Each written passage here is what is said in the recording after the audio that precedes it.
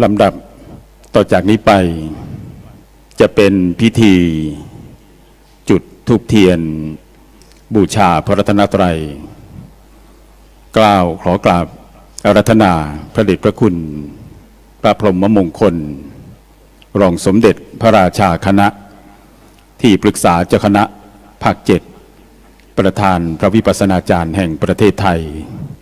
ประธานพิธีโปรดเมตตาจุดธูปเทียนบูชาพระรัตนตรัยขอกราบอาราธนาพระเดชพระคุณขอรับ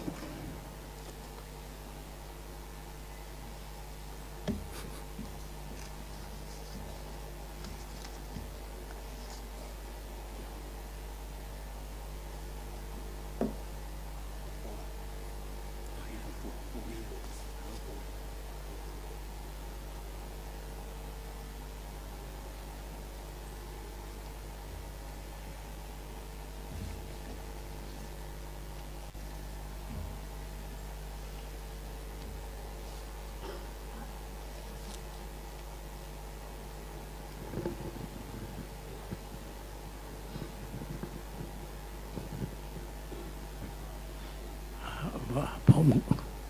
บูชาพระรัตนตรัย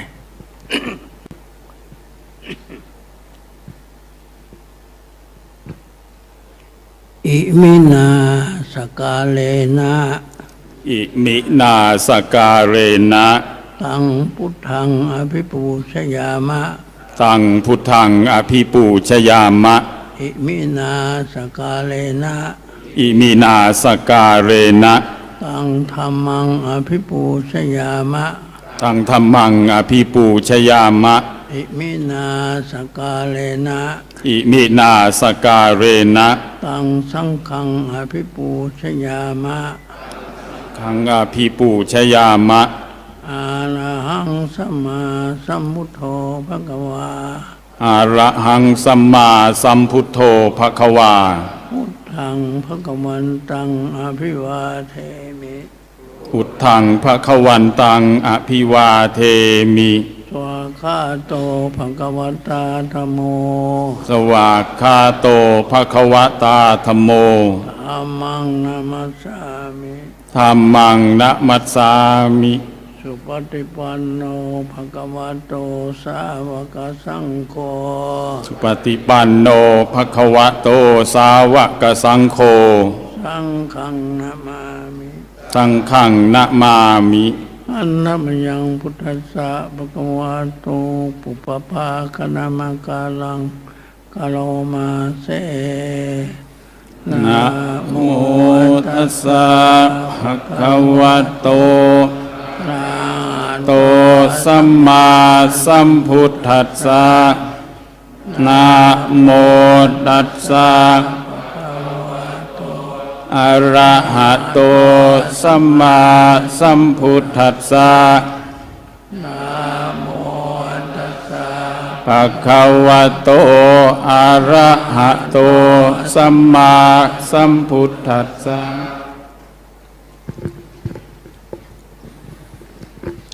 ลำดับต่อจากนี้ไปจะเป็นพิธีถวายสักการะในพระเดชพระคุณทั้งปวงในโอกาสนี้กล่าวขอกราบอาราธนาพระเดชพระคุณพระเทพโกศลประธานสภาวิทยาเขตเชียงใหม่มหาวิทยาลัยมหาจุฬาลงกรณราชวิทยาลัยวิทยาเขตเชียงใหม่จังหวัดเชียงใหม่ที่ปรึกษาเจ้าคณะภาค7วัดศรีโสดาพระอารามหลวงจังหวัดเชียงใหม่โปรดขึ้นบนอาจด้านบนเวทีขอกราบอาราธนาพระเดชพระคุณครับ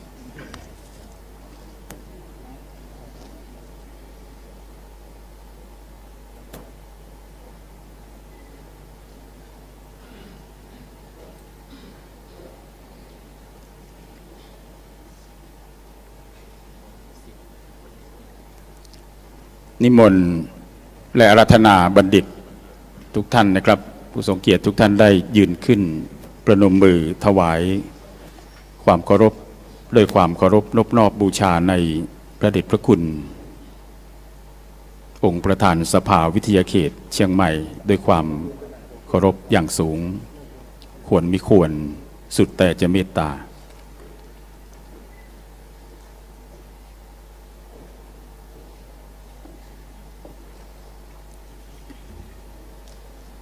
นิมนต์แล้วก็เชิญนั่งลงครับ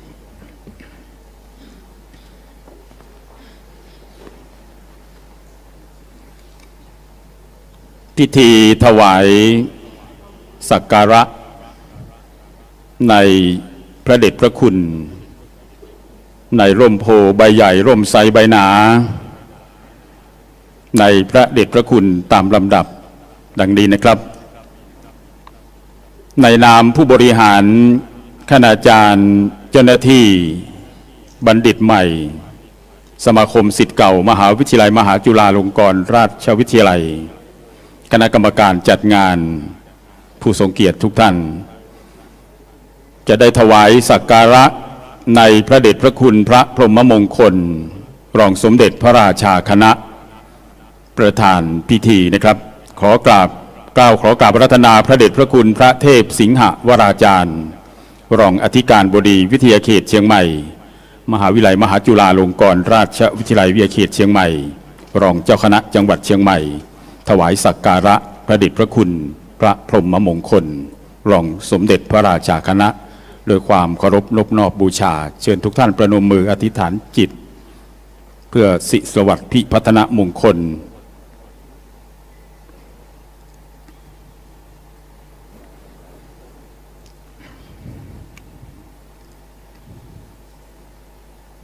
เสร็จแล้วท่านจะนั่งที่รับรองตามเดิมนะครับลำดับต่อไปเป็นพิธีถวายสักการะในพระเดชพระคุณ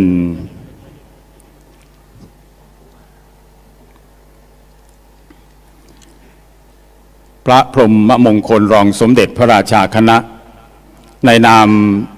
พี่น้องประชาชนชาวจังหวัดเชียงใหม่และจังหวัดเชียงใหม่ขอกราบเรียนเชิญท่านกฤษธนาวณิชรองผู้ว่าราชการจังหวัดเชียงใหม่ปฏิบัติหน้าที่ราชการแทนผู้ว่าราชการจังหวัดเชียงใหม่ถวายสักการะในพระเดชพระคุณพระพรหมมงคลรองสมเด็จพระราชาคณะขอกราบเรียนเชิญขอรับท่าน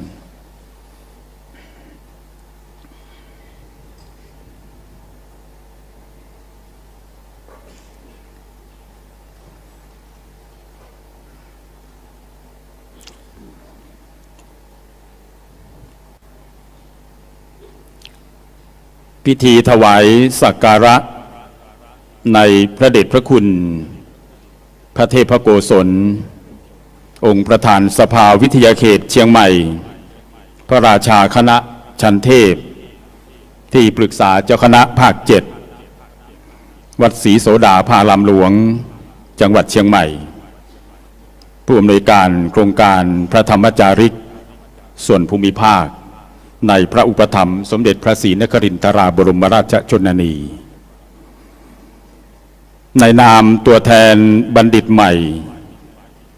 ขอกราบอาราธนาพระดร.ภูเมศสุเมโธพทด.อาราธนาพระคุณท่าน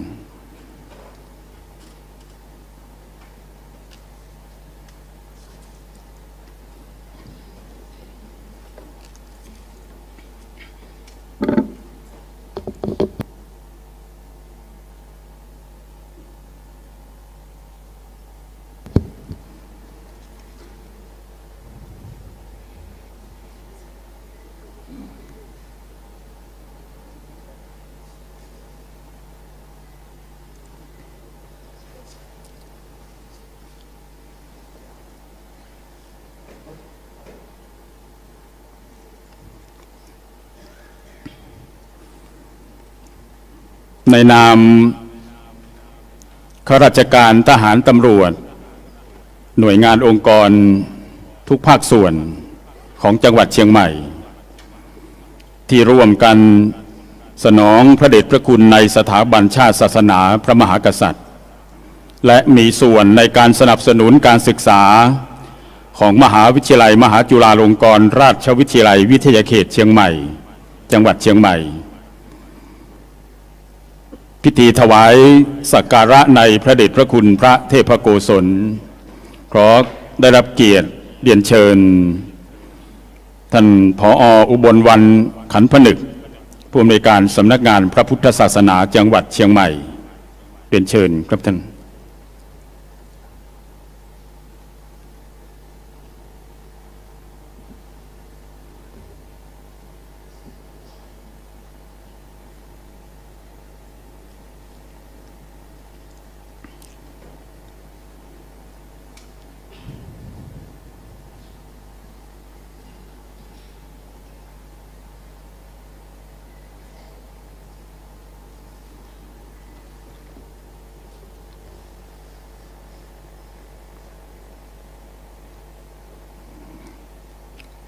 และขอได้รับเกียรติเรียนเชิญ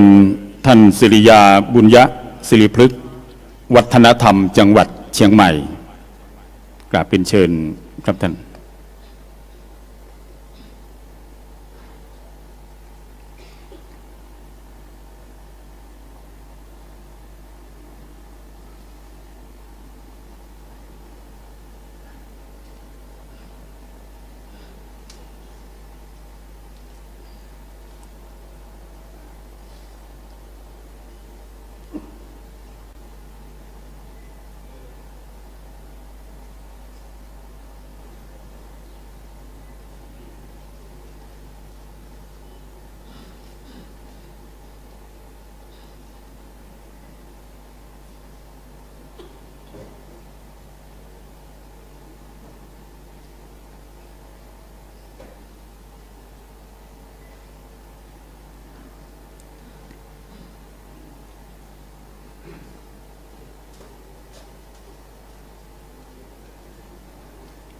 ลำดับต่อไปเป็นพิธีกล่าวถวายรายงานต่อพระเดชพระคุณองค์ประธานขอกราบอาราธนาพระเดชพระคุณพระเทพสิงหวราจารย์รองอธิการบดีวิทยาเขตเชียงใหม่ปฏิบัติหน้าที่แทนอธิการบดีมหาวิทยาลัยมหาจุฬาลงกรณราชวิทยาลัยรองเจ้าคณะจังหวัดเชียงใหม่วัดพระสิงห์วรมหาวิหารได้กล่าวถวายรายงานขอกราบอาราธนาพระเดชพระคุณ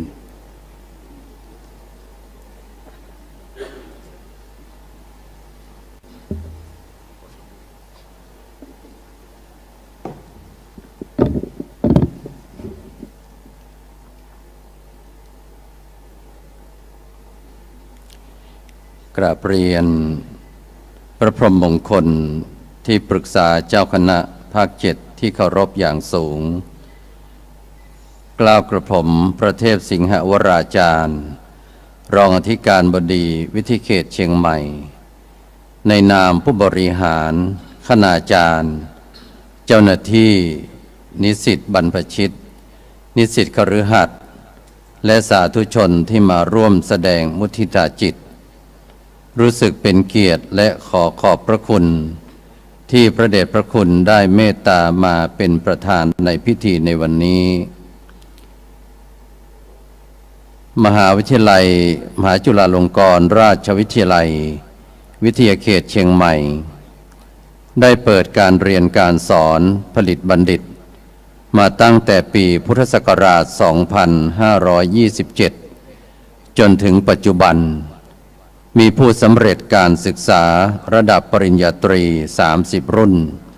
จำนวน 3,708 รูปคนระดับปริญญาโท18รุ่นจำนวน239รูปคนระดับปริญญาเอก7รุ่นจำนวน101รูปคนสำหรับในปีการศึกษา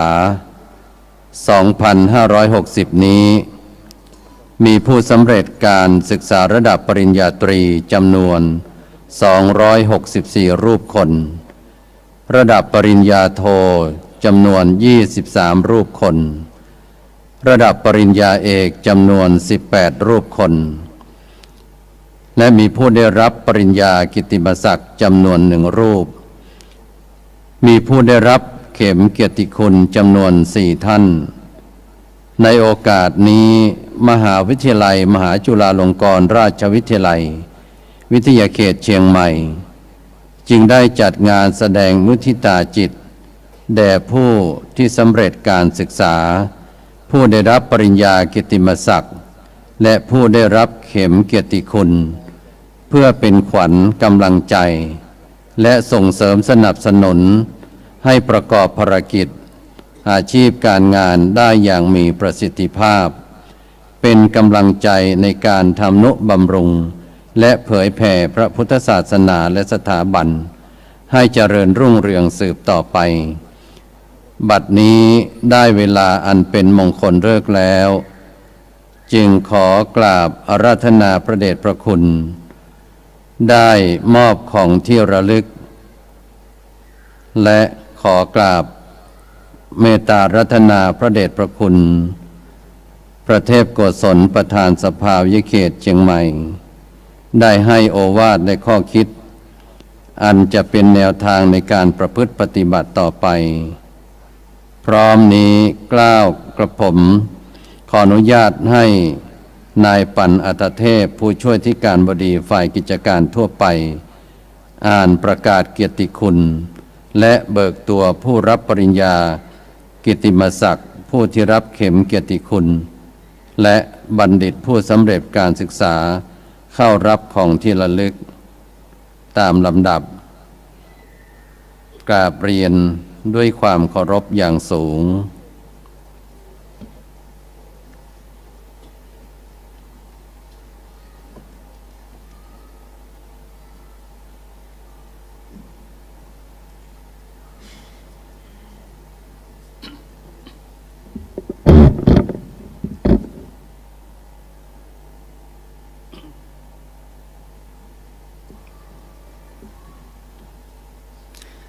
กล่าวนายปั่นอัตเทพผู้ช่วยอธิการบดีฝ่ายกิจการทั่วไปขอโอกาสขานนามผู้เข้ารับดุษฎีบัณฑิตและก็เข็มเกียรติคุณดังต่อไปนี้ประกาศเกียรติคุณปริญญาพุทธศาสตร์ดุษฎีบัณฑิตกิตติมศักดิ์สาขาวิชาพระพุทธศาสนาในคราวประชุมสภามหาวิทยาลัยมหาจุฬาลงกรณราชวิทยาลัยครั้งที่ 2/2561 เมื่อวันจันทร์ที่ 26 กุมภาพันธ์ พุทธศักราช 2561 ที่ประชุมมีมติเป็นเอกฉันท์ให้ประกาศว่าพระศรีศิลปาจารย์ประมวลฉายาปัญญาวโรอายุ62ปีพรรษา18วิทยาฐานะนักธรรมชั้นเอกผู้ช่วยเจ้าอาวาสวัดพระธาตุศรีจอมทองวรวิหารตำบลบ้านหลวงอำเภอจอมทองจังหวัดเชียงใหม่เป็นพระเถระผู้ประกอบด้วยศีลาจารวัตรอันดีงามมีปฏิปทาหน้าเลื่อมใสรับภาระงานคณะสงฆ์บำเพ็ญหิตานุหิตประโยชน์แก่สังคมประเทศชาติและพระพุทธศาสนาอย่างต่อเนื่องปัจจุบันดำรงตำแหน่งเป็นผู้ช่วยเจ้าอาวาสวัดพระธาตุศรีจอมทองวรวิหารตำบลบ้านหลวงอำเภอจอมทองจังหวัดเชียงใหม่ท่านมีประสบการณ์และผลงานมากมายและนอกจากนี้ท่านยังเป็นพระเถระที่มีประสบการณ์และผลงานอันมากมายให้การสนับสนุนการศึกษาพระปริยัติธรรมและการสอบพระปริยัติธรรมแผนกบาลีสนามหลวงและนักธรรมสนามหลวงเป็นครูสอนพระปริยัติธรรมแผนกนักธรรมเป็นพระวิปัสสนาจารย์นำปฏิบัติวิปัสสนากรรมฐานแก่พระภิกษุสามเณรและประชาชนทั่วไปทั้งภายในและต่างประเทศการบำเพ็ญสาธารณูปการท่านเป็นผู้ช่วยเจ้าอาวาสบูรณปฏิสังขรณ์พระอารามกุฏิมหาศาลาปฏิบัติธรรมอาคารในวัดพระธาตุศรีจอมทองวรวิหารในส่วนของมหาวิทยาลัยมหาจุฬาลงกรณราชวิทยาลัยท่านได้ส่งเสริมและสนับสนุนกิจการงานของมหาวิทยาลัยด้วยดีมาตลอดนับได้ว่าพระศรีศิลปาจารย์ประมวลฉายาปัญญาวโร เป็นมหาเถระที่ได้บำเพ็ญหิตานุหิตประโยชน์แก่ประเทศชาติพระพุทธศาสนาและสถาบันพระมหากษัตริย์เป็นอเนกประการควรแก่การยกย่องประกาศเกียรติคุณสภามหาวิทยาลัยมหาจุฬาลงกรณราชวิทยาลัยจึงมีมติเป็นเอกฉันท์ให้ถวายปริญญาพุทธศาสตร์ดุษฎีบัณฑิตกิตติมศักดิ์สาขาวิชาพระพุทธศาสนาเพื่อประกาศเกียรติคุณให้ปรากฏไพศาลเป็นทิฏฐานุคติแก่อนุชนสืบไปให้ไว้ณวันอาทิตย์ที่ 13 พฤษภาคม พุทธศักราช 2561 พระธรรมปัญญาบดีนายกสภามหาวิทยาลัยมหาจุฬาลงกรณราชวิทยาลัย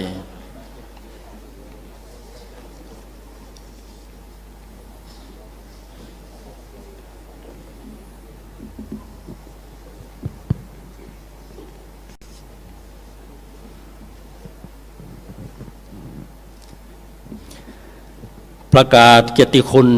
เข็มกิตติคุณในคราวประชุมสภามหาวิทยาลัยมหาจุฬาลงกรณราชวิทยาลัยครั้งที่ 2/2561 เมื่อวันจันทร์ที่ 26 กุมภาพันธ์ พุทธศักราช 2561 ที่ประชุมมีมติเป็นเอกฉันท์ให้ประกาศว่ารองศาสตราจารย์นิโรบลนิ่มกิ่งรัตน์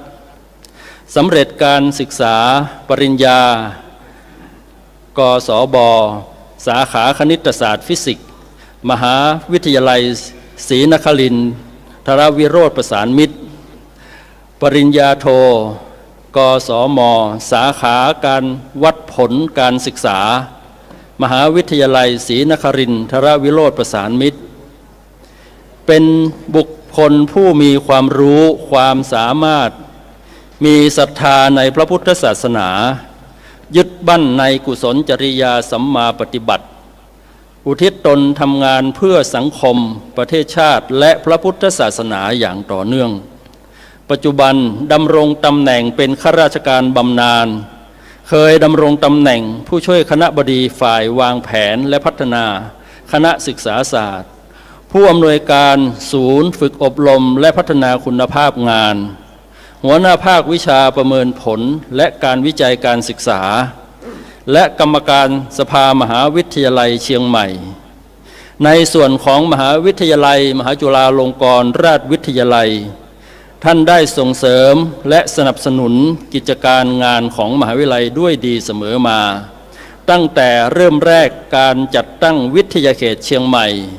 เป็นกลุ่มคณาจารย์ที่ถวายการสอนแก่นิสิตเป็นการกุศลและนอกจากนี้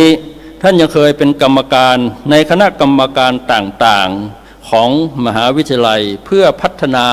มหาวิทยาลัยมหาจุฬาลงกรณราชวิทยาลัยวิทยาเขตเชียงใหม่มากมายหลายคณะนับได้ว่ารองศาสตราจารย์นิโรบลนิ่มกิ่งรัตน์เป็นผู้ที่ได้บำเพ็ญหิตานุหิตประโยชน์แก่ประเทศชาติพระพุทธศาสนาและสถาบันพระมหากษัตริย์เป็นอเนกประการควรแก่การยกย่องประกาศเกียรติคุณสภามหาวิทยาลัยมหาจุฬาลงกรณราชวิทยาลัย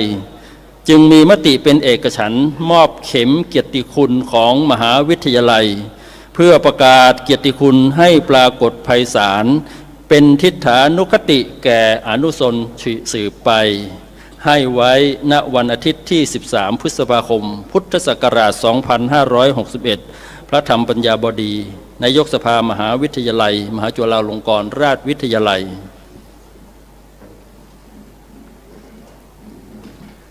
ประกาศเกียรติคุณเข็มกิตติคุณ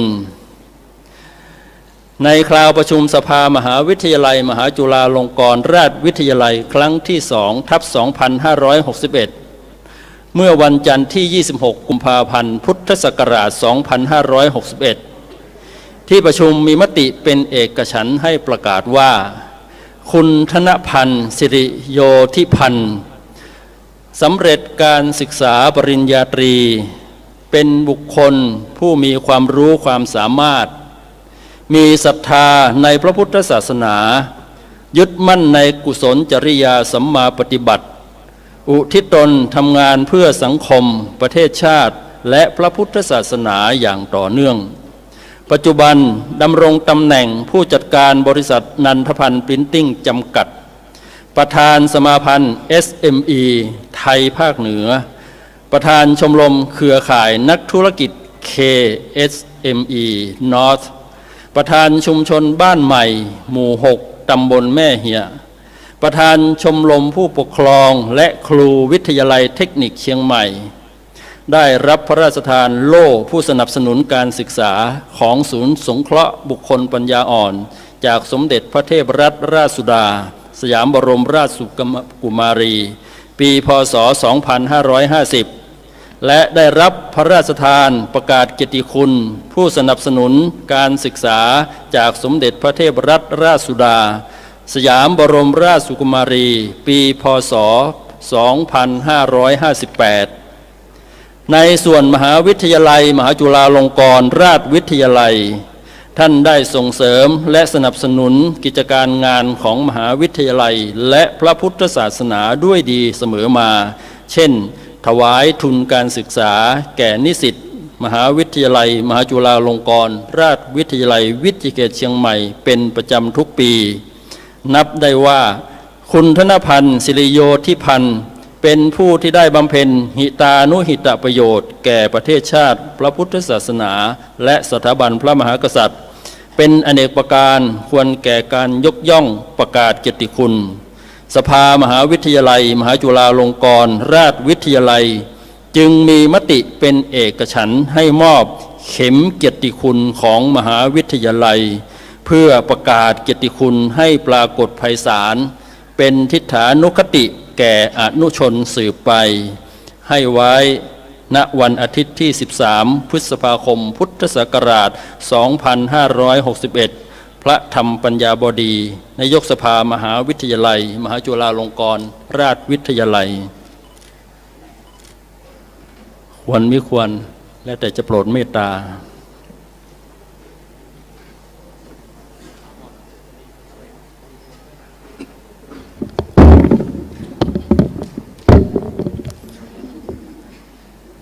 ขอประธานกราบเรียนพระเดชพระคุณพระพรหมมงคลพระเดชพระคุณพระเทพโกศลที่เคารพอย่างยิ่งกล่าวพระครูสิริปริยัตยานุศาสตร์ผู้อำนวยการวิไลสงฆ์เชียงใหม่ขอประธานอนุญาตเพื่อที่จะขานรายนามของบัณฑิตระดับดุษฎีบัณฑิตมหาบัณฑิตและบัณฑิต11 สาขาวิชาซึ่งประกอบด้วยรายนามพุทธศาสตร์ดุษฎีบัณฑิตสาขาวิชาพระพุทธศาสนาเพื่อเข้ารับของที่ระลึกดังต่อไปนี้พระภูเมศสุเมโธพระมหาวิสุทธิประภัสโรพระประหลัดจตุพรวชิรยาโนพระมหาบุญนำปรกโมพระมหาสิทธิชัยชยสิทธิพระครูไพโรธคีรีรักษ์พระอนุสรณ์กิติวันโน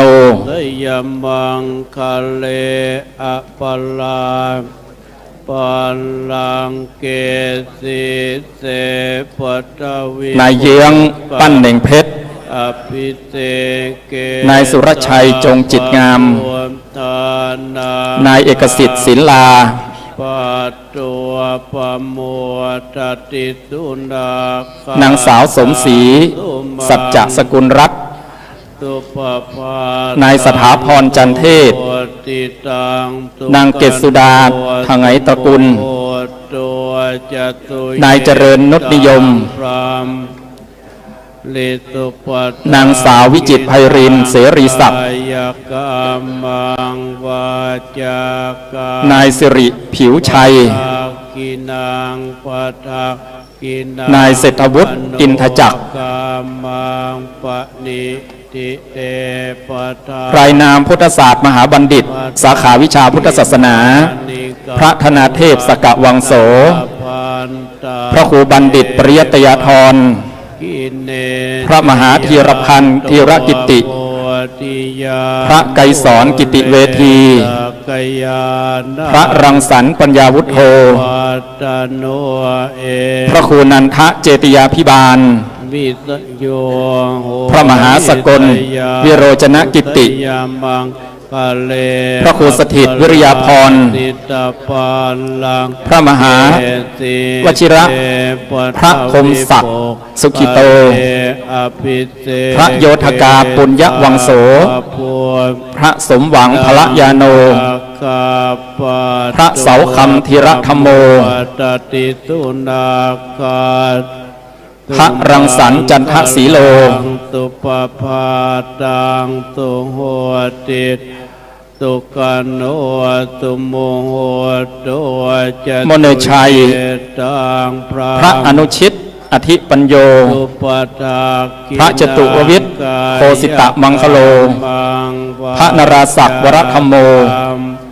นางสมพร กินางปะทากินอินทรภาเพียร นายธีรพงษ์จตุมา นายทวีศักดิ์สุขมงคล นิกาตวายพันตา สาขาวิชาพุทธศาสนาระดับปริญญาตรี พระวสันตชัยขันติธรรมโม ติสสะปัญญา พระสันติธิรจิตโต พระอานนท์เขมสิริ พระนราธิปคุตตสีโล และพระสิงหาสุธรรมโม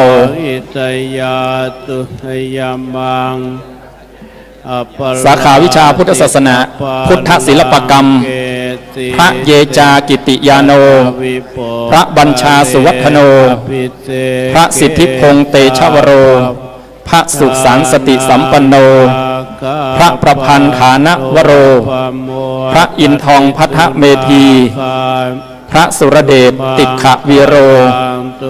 พระนิรันดรวิปุโร พระอารามอนารโย พระธีรพงษ์ทิตธรรมโม พระมหาพรหมินทร์วิเวโกภาโส คณะพุทธศาสตร์สาขาวิชาภาษาบาลี พระมหากาชาติกัลยาณธรรมโม พระเพิ่มกัมโร พระพงษ์พันธ์ประภัสรจิตโต พระเจษฎาปัญญาวชิโร พระครูสันติธรรมโชติ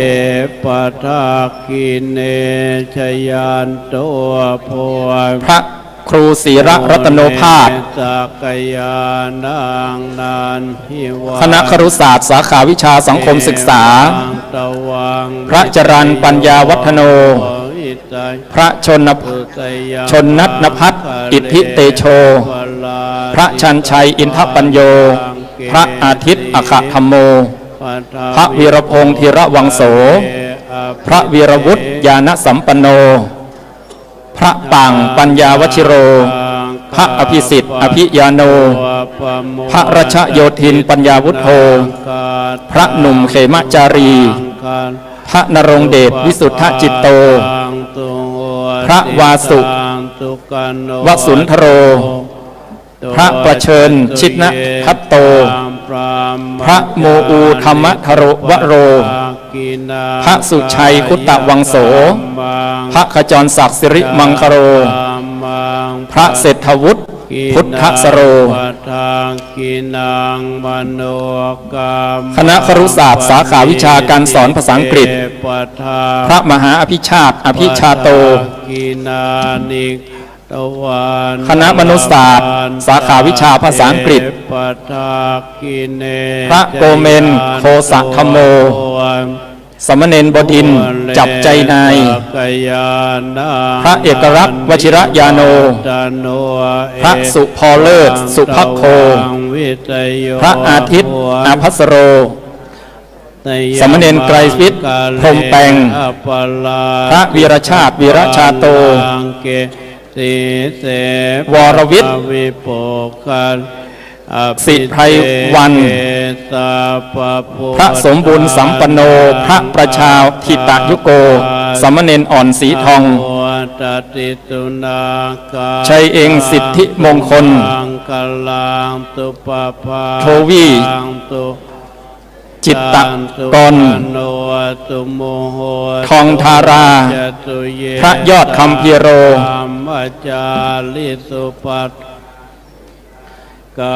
พระมหาใจเมือง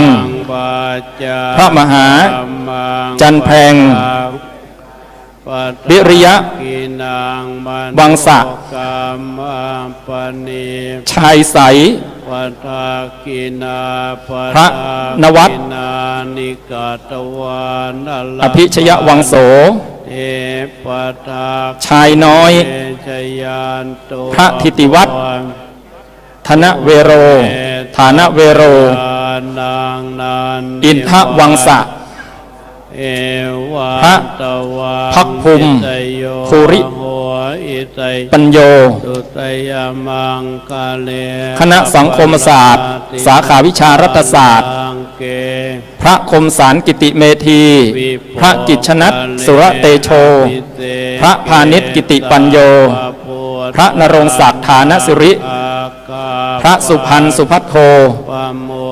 พระไพโรธธรรมวโร พระวีรพันธ์วีรพันโท พระชนุดมชนุตโม สมณเณรฤทธิไกรเทพนรินทร์ พระสันติโพธิโกสาโร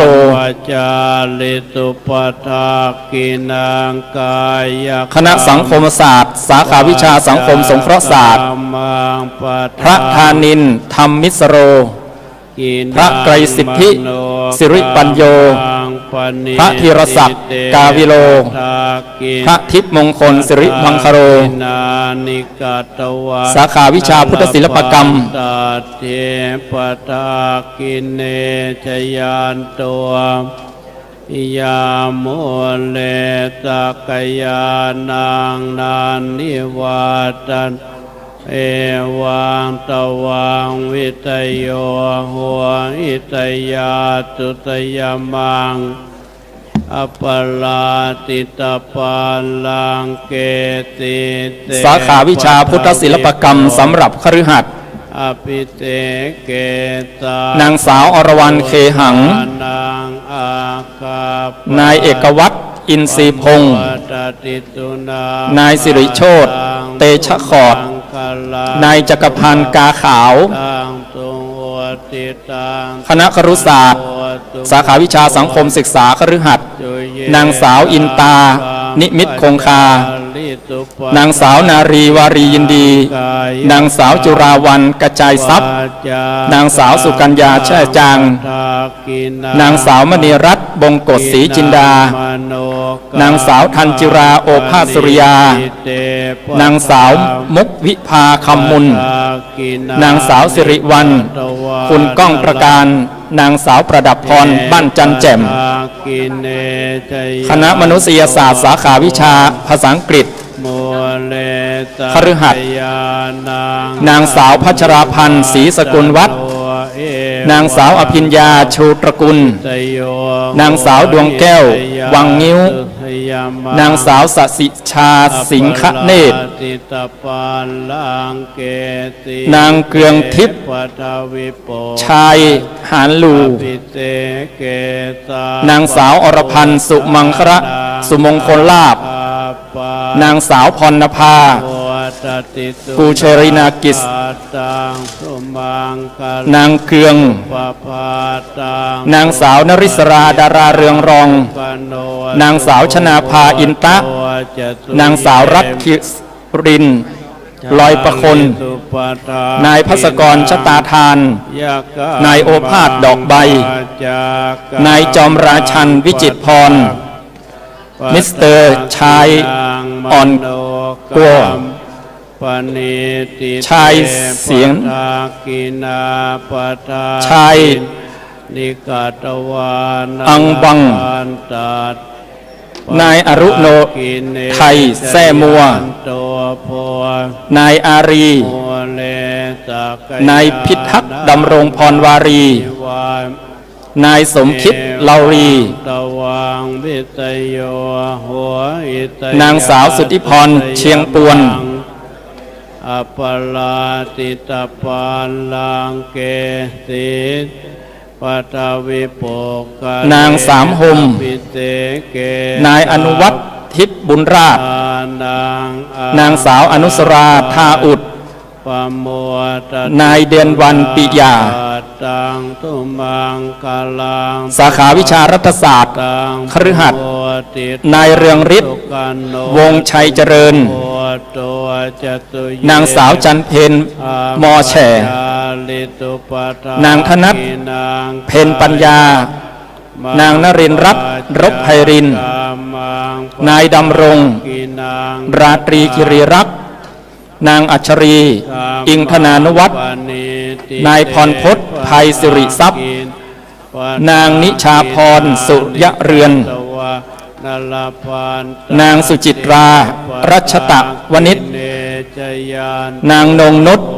บุษยา นางสาวกนิกาวงเกริกกล้า นางภูริดาวิพิเคราะห์ นายจาโทครองจิตใจ นางสาววัสนาศรีอลังการ นางสาวจินดาระทู นายธนวัฒน์นันทิสกุล นางสาวนภาพรธัญวานิช นางสาวเอ็มออนรักพิชยาภักดิ์ สิบเอกสมคิดทวีความสุข นางนัชชาไหวแก้ว นายบุญทองสมบัติ ร้อยตำรวจโทกำจรวงสุวรรณ นายประชาขนุนปัน นายพลชลิสิบตรีธีรศักดิ์พุทธพดุง นางสาวอภัชรารุงคำ นายประจวบนันตแก้ว นางสาวมณีรัตน์จ่าบาน นางสาววิภาพรจำศีล นางสาวสิริพรศรีพรทิติกุล นายประวิตรศรีคงยศ นางสาวสุธาทิพย์เวชกิจ นายพัฒนาครองเพชรแสน นายอภิวัตรรุ่งเรือง นางสาวจันแรม ลามือกุ นางสาวอธิตยาชอบอรัญญายาวา จ่าสิบเอกจิรพลมิตรอวยพร นายอดิศรทิศล่า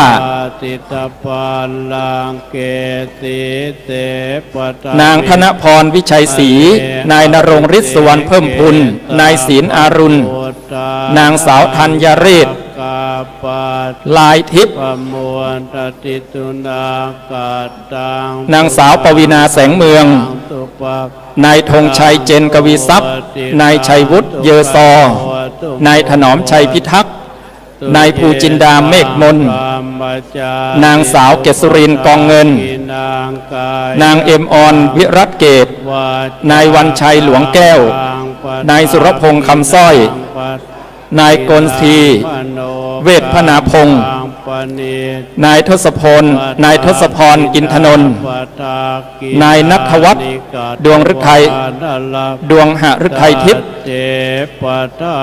สิบเอกธนงศักดิ์บุญวร นายสุรศักดิ์ทองคณาทรัพย์ สิบเอกพรเทพแผ่นใหญ่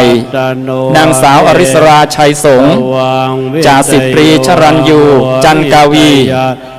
นายสมบัติโพคำ สิบเอกชิสนุพงษ์ยศบุญยืน นางสาวภาวินีณเชียงใหม่ จ่าสิบเอกธนพงษ์เด็ดศักดา สิบเอกนิรุตศรีคำ สาขาวิชาสังคมสงเคราะห์ศาสตร์ นางสาววริศ นางสาววิชุดาแสนวงมา นายพรชัยขนองไพวัน นางสาวขวัญฤทัยพรหมแดนไพร นางสาววนิดาเกิดมู นายสำริดทิพย์ทิพย์นางสาวอภิรดีอัมพาประเสริฐนางสาวสุธาสินีคำในนางสาวกัญญาสดุดีเรืองชัยนางสาวสุภรักษ์สำราญรักใจนางสาวมนทิพย์โสพลแม่แจ่มนางสาวสิริพรแสงสีผิวนางสาวสุปวีขนังราบอุดมนางสาวสุดาพรวิจิตรโยธินนางสาวอ้อมใจชนะทรัพย์ทวีนายชวนชัยจุรีภัยร่มใจจริงนายชูวงศ์เลิศดำเนินนายนพรัตน์คิรีรักษ์อุปถัมภ์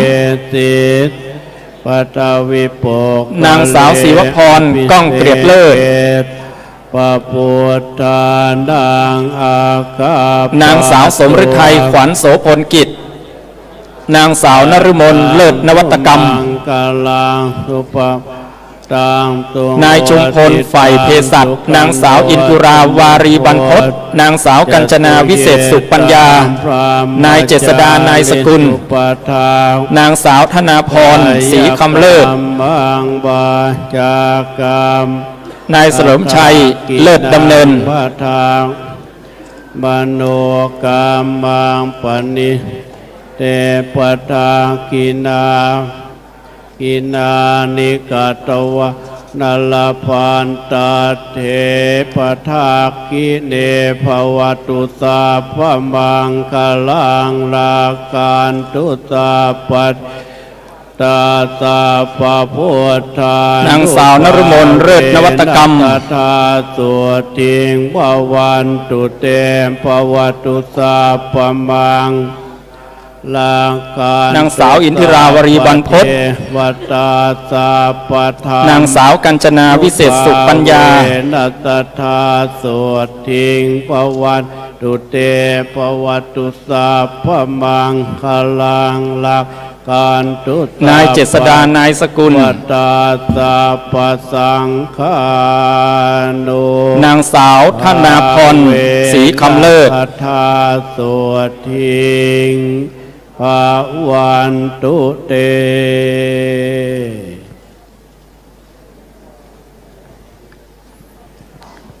ควรมิควรสุดแต่จะเมตตา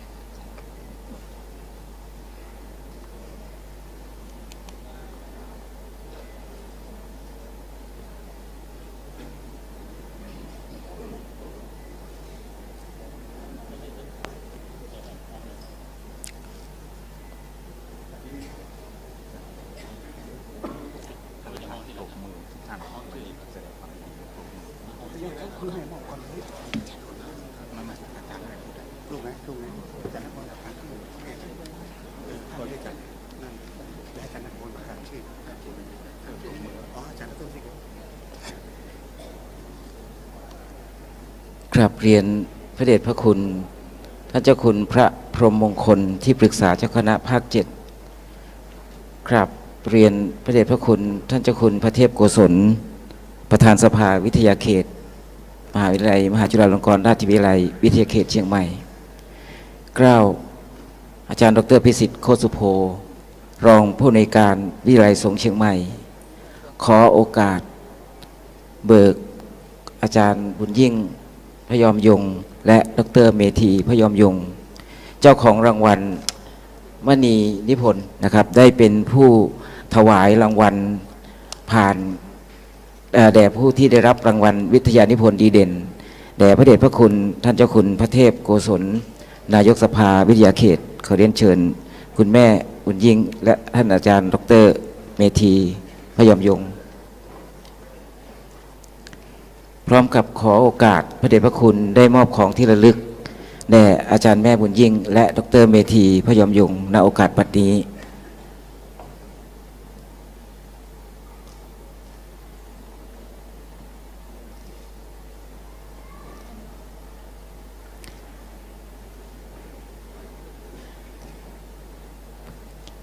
กราบขอบพระคุณอาจารย์แม่บุญยิ่งดร.เมธีพยอมยงนะครับซึ่งเป็นเจ้าของรางวัลมณีนิพนธ์นะครับของศาสตราจารย์เกียรติคุณดร.มณีพยอมยงศิลปินแห่งชาติได้มอบรางวัลดุษฎีนิพนธ์ดีเด่นแก่นิสิตมหาจุฬาลงกรณราชวิทยาลัยที่ได้ผ่านการสำเร็จและก็เขียนวิทยานิพนธ์ผู้ที่รับรางวัล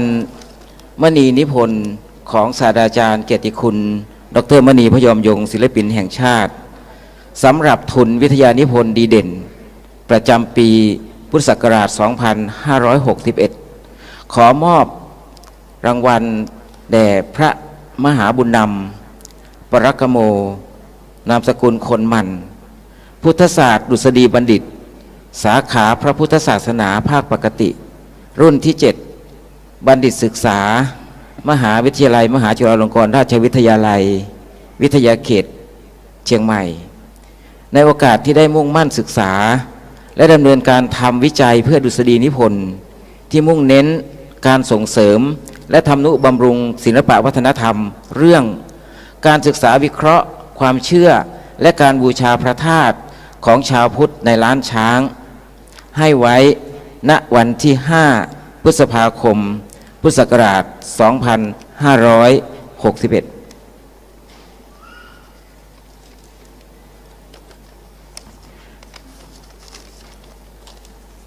ลำดับต่อไปจะขอโอกาสนำพระนิสิตที่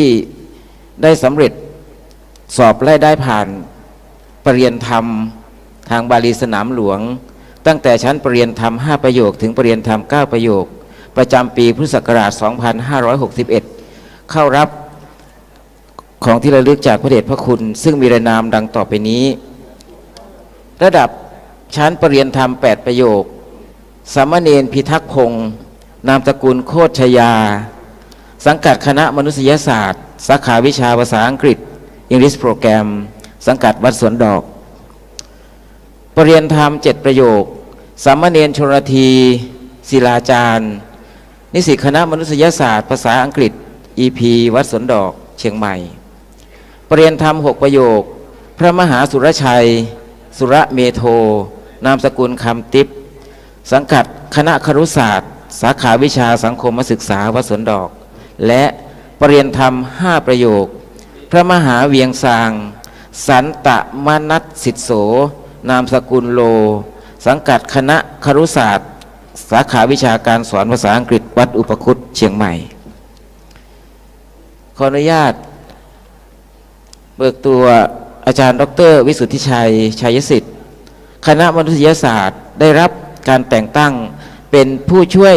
ศาสตราจารย์สาขาภาษาอังกฤษเข้ารับของที่ระลึกจากพระเดชพระคุณท่านนายกสภามหาวิทยาลัย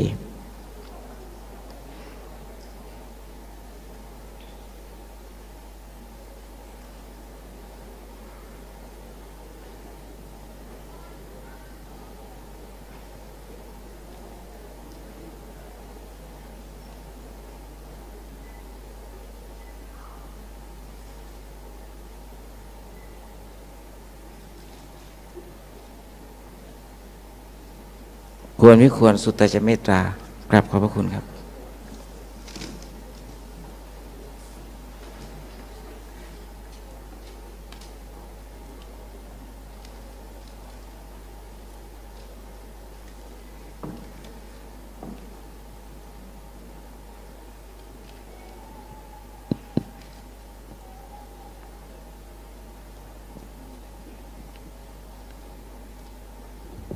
ครับในโอกาสนี้จะได้รับเมตตาจากพระเดชพระคุณพระเทพโกศลประธานสภาวิเขตเชียงใหม่ได้เมตตาให้โอวาทเพื่อเป็นแนวในการปฏิบัติของบัณฑิต ทั้งระดับปริญญาตรีปริญญาโทปริญญาเอกขอทุกรูปทุกท่านได้น้อมรับโอวาทอันเป็นมงคลจากพระเดชพระคุณพระเทพโกศลณบัดนี้ครับ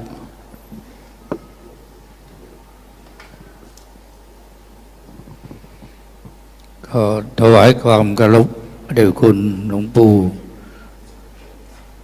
ที่เคารพพระเถรานุเถระท่านเจ้าคณะพระสังฆาธิการ และนิสิตฝ่ายบรรพชิตทุกๆรูปขอเจริญพรท่านรองผู้ว่าการจังหวัดเชียงใหม่ท่านครูบาอาจารย์พระญาติโยมพุทธบริษัททุกๆรูปทุกท่านก่อนอื่นก็ขอแสดงความยินดีกับบัณฑิตของมหาวิทยาลัยมหาจุฬาลงกรณราชวิทยาลัยที่จะได้รับปริญญาบัตรในไม่อีกวันข้างหน้านี้และวันนี้ท่านทั้งหลายก็ได้มาแสดงตัวให้ปรากฏแก่ศาสนชนณสถานที่นี้ว่าท่านทั้งหลายนั้นได้มีความมานะพยายามเป็นอย่างยิ่งจึงประสบผลสำเร็จเป็นบัณฑิตไม่เฉพาะแต่พระภิกษุสงฆ์เท่านั้นแม้ฆราวาสญาติโยมก็มีความตั้งใจศึกษาเล่าเรียนวิชาการทางพระพุทธศาสนาจนกระทั่งประสบความสำเร็จอันนี้เป็นสิ่งที่น่าอนุโมทนาเป็นอย่างยิ่งท่านทั้งหลายคำว่าบัณฑิตนั้นหมายถึงผู้รอบรู้ทุกสิ่งทุกอย่างทางด้านการประพฤติปฏิบัติด้านวิชาความรู้ด้วยเพราะฉะนั้นเมื่อเป็นบัณฑิตแล้วไปไหนคนก็ให้ความเคารพสักการะและเชื่อถือนับถือในฐานะที่เป็นบัณฑิตโดยเฉพาะยิ่งในทางพระพุทธศาสนาก็ขอให้นึกอยู่ตลอดเวลาว่าเราเป็นพระบัณฑิตในทางพุทธศาสนาเราศึกษาเล่าเรียนวิชาการทางพระพุทธศาสนาและได้เป็นบัณฑิตให้ได้ประพฤติดีปฏิบัติชอบเป็นตัวอย่างที่ดีแก่อนุชนรุ่นหลังต่อไปถ้าเป็นไปลักษณะอย่างนี้ก็จะทำให้มหาวิทยาลัยมหาจุฬาลงกรณราชวิทยาลัยของเรานั้นเป็นที่เคารพนับถือเป็นที่เชิดชูบูชาของสาธุชนทั่วไปจึงขออนุโมทนาและขอแสดงความยินดีมุทิตากับพระบัณฑิตสามเณรบัณฑิตและญาติโยมบัณฑิตที่ได้รับการศึกษาและจะได้รับปริญญาบัตรไม่กี่วันข้างหน้านี้ขอให้ท่านทั้งหลายเจริญรุ่งเรืองในพระพุทธศาสนาปรารถนาสิ่งหนึ่งประการใดอันเป็นไปในทางที่ชอบขอให้สิ่งเหล่านั้นจงสำเร็จแก่ท่านทั้งหลายทุกรูปทุกท่านทุกคนเถิด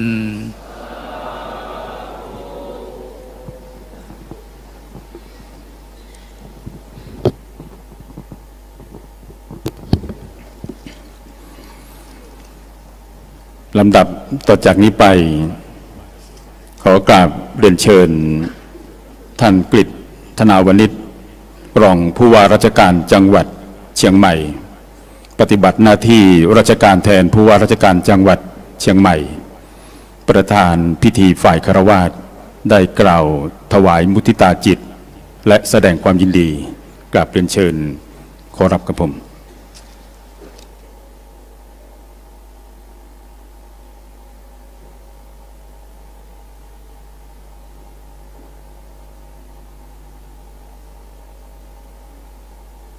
กราบนมัสการพระเดชพระคุณพระพรหมมงคลที่ปรึกษาเจ้าคณะภาค7พระเทพโกศลประธานสภาวิทยาเขตเชียงใหม่พระเทพสิงหวราจารย์รองเจ้าคณะจังหวัดเชียงใหม่รองอธิการบดีวิทยาเขตเชียงใหม่พระเถรานุเถระเจ้าคณะพระสังฆาธิการทุกรูปพระคุณเจ้าทุกรูปท่านผู้บริหารคณาจารย์ ของมหาวิทยาลัยมหาจุฬาลงกรณราชวิทยาลัยวิทยาเขตเชียงใหม่กระผมโดยได้รับมอบหมายจากท่านประวิน จำนิประสาทผู้ว่าราชการจังหวัดเชียงใหม่ในนามข้าราชการและประชาชนชาวจังหวัดเชียงใหม่ขอแสดงความยินดีกับความสำเร็จในการจัดการศึกษาของมหาวิทยาลัยมหาจุฬาลงกรณราชวิทยาลัยวิทยาเขตเชียงใหม่และจัดโครงการแสดงมุทิตาจิตแก่ผู้สำเร็จการศึกษาผู้ได้รับปริญญากิตติมศักดิ์และผู้ได้รับเข็มเกียรติคุณจากการกล่าวรายงานมหาวิทยาลัยได้ผลิตบัณฑิตมาแล้วจำนวน30รุ่นจำนวนผู้สำเร็จการศึกษาระดับปริญญาตรีจำนวน 3,708 รูปคนระดับปริญญาโท20รุ่นจำนวน239รูปคนระดับปริญญาเอก7รุ่นจำนวน101รูปคนและในปีการศึกษา 2560 นี้มีผู้สำเร็จการศึกษาทั้งสิ้น305รูปคนมีผู้ได้รับปริญญากิตติมศักดิ์1รูปและมีผู้ได้รับเข็มเกียรติคุณ4ท่านกระผมขอแสดงความดีกับผู้สำเร็จการศึกษาทุกระดับทุกรูปทุกท่านและขอชื่นชมถวายมุทิตาจิตแด่หลวงพ่อพระศรีศิรปาจารย์ที่ได้รับปริญญาดุษฎีบัณฑิตกิตติมศักดิ์ตลอดถึงผู้ได้รับเข็มเกียรติคุณทุกท่านปริญญาทางพระพุทธศาสนาซึ่งเป็นภารกิจหลักของมหาวิทยาลัยหวังว่าทุกท่านจะได้นำหลักวิชาความรู้ที่ได้รับจากมหาวิทยาลัยแห่งนี้ไปใช้ให้เกิดประโยชน์แก่พระพุทธศาสนาและสังคมสืบไปในโอกาสนี้ในนามของจังหวัดเชียงใหม่ขอกราบอาราธนาคุณพระศรีรัตนตรัยและสิ่งศักดิ์สิทธิ์คู่บ้านคู่เมืองเชียงใหม่ได้โปรดดลบันดาลให้ผู้สำเร็จการศึกษาทุกรูปทุกท่านผู้ได้รับปริญญากิตติมศักดิ์และผู้ได้รับเข็มเกียรติคุณจงประสบความสุขความเจริญตลอดไปขอกราบขอบพระคุณด้วยความเคารพ